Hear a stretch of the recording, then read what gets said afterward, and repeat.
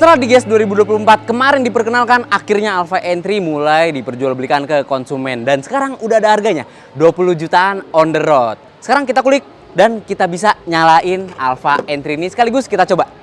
Kalau kita lihat sekilas, kuncinya bentuknya persis kayak kunci Mercedes-Benz. Keren banget, udah kayak kunci mobil. Bisa pamer ya? Jadi kalau misalkan reunian tuh kalian bisa taruh di meja. Padahal bawa motor bukan bawa mobil. Oke, dan dari kunci ini kita bisa langsung kontakin si Alfa Entry ini secara keyless. Tapi kita juga dikasih kunci spare key 2 buah ya. Jadi bisa colok, bisa juga keyless. Nah, cara ngebukanya kita tinggal pencet yang tombol unlock ini di tengah 2 kali. Nah, kita langsung bisa kontak motornya dan sekarang kita udah bisa ngelihat speedometer karena kemarin kita waktu review first impression itu nggak bisa ngelihat speedometer. Nah, sekarang kameramen tolong mendekat. Oke, tentu informasi di speedometer yang paling jelas adalah ini ya, penunjuk kecepatan, ada jarak tempuhnya nih, berapa sisa dari sisa baterainya ya. Ini pakai mode 2 baterai, terus ini ada odometernya, lalu ada ini nih, apa kayak indikator transmisi, tapi ini bukan indikator transmisi ya, ini indikator riding mode. Kalau di P kita belum bisa ngaktifin motornya, belum bisa digas. Kita mesti pencet rem, terus starter, baru bisa standarnya naik ternyata. Nah, tuh ya. Baru berganti, jadi bisa kita jalanin motornya. Ada mode eco, ada mode urban, ada mode sport, jadi 3 mode.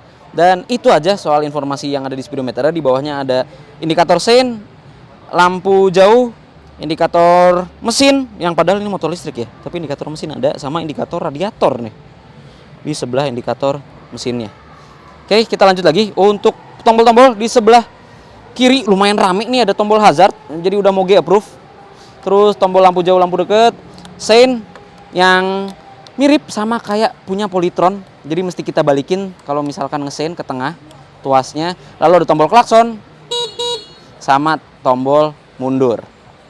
Oke, nah di sebelah kanan itu tombol nyala matiin cut off motor listriknya, tombol mode berkendara dan tombol starter yang perlu kita pencet sebelum berkendara. Nah, lalu di bawah kunci kontaknya itu kita disediakan kompartemen penyimpanan tertutup. Jadi muat HP berapa inci nih ya? 6,4 inci nih. Muat dengan sangat lega.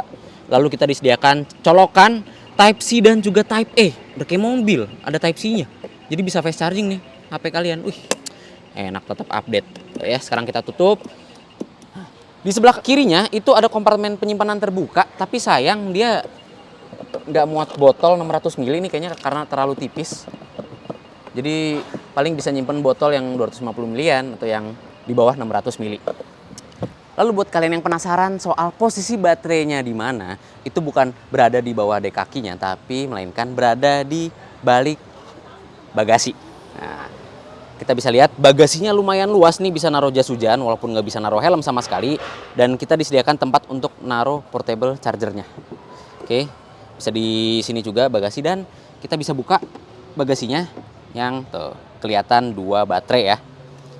Jadi total 2 buah baterai ini totalnya 3,6 kWh, satu baterainya ini 1,8 kWh yang memiliki jarak tempuh untuk satu baterainya itu sekitar 70 km. Jadi kalau pakai 2 baterai total jarak tempuhnya si Alfa Entry ini bisa mencapai 140 km dengan pengecasan 4 jam.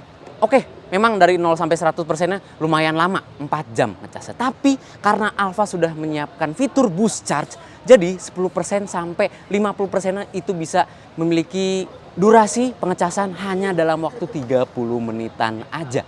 Lumayan cepet. Dan untuk fasilitas boost charge-nya sudah tersedia di daerah Jabodetabek. Sekarang kita mau langsung aja berkendara bersama dengan Alfa Entry. Tipis-tipis karena ini masih di area test ride IMOS 2024. Yuk.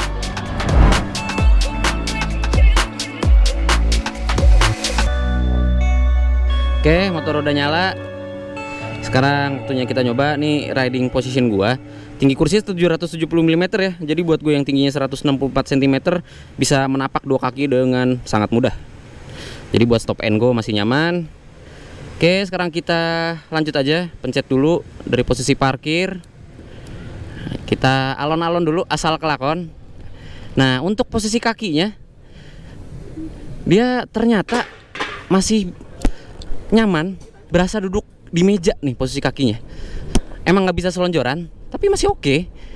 buat berkendara di dalam kota ini masih nyaman.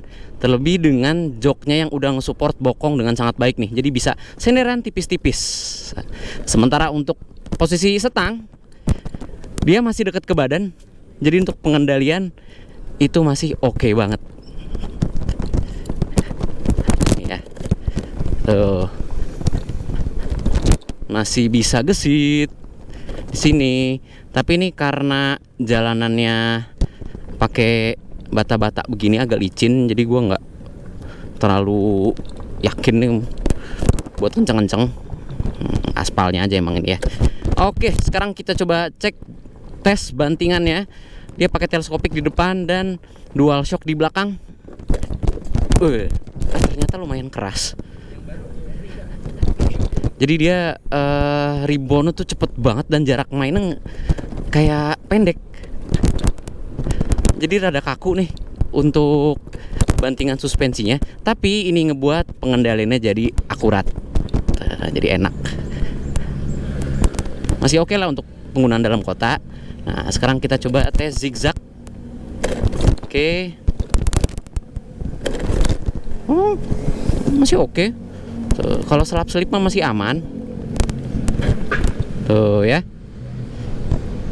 Oke, sekarang kita tes akselerasinya. Jadi motor listrik ini bisa mengeluarkan tenaga 6,1 PS. Udah kita di mode sport. Responsif banget. Dia naik ke 40 km per jam.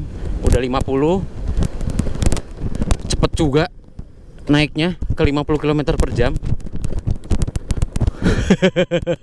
Responsif banget loh akselerasinya, karena ini motor listrik ya. Dan bukaan akselerasi itu bisa kita urut. Jadi kita bisa kontrol motor listrik Alpha Entry ini dengan sangat mudah. Ketika kita buka akselerasi itu bisa kita atur bukaan akselerasinya, mau pelan, mau kencang, mau responsif, itu bisa dengan gampang ya. Dan ketika berbelok itu kita masih bisa berakselerasi sambil melakukan pengereman. Nggak kayak motor listrik kebanyakan. Jadi perhitungan kita itu nggak bikin kagok saat belok.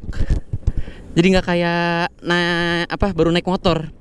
Nggak kayak motor listrik kebanyakan dari negeri tirai bambu.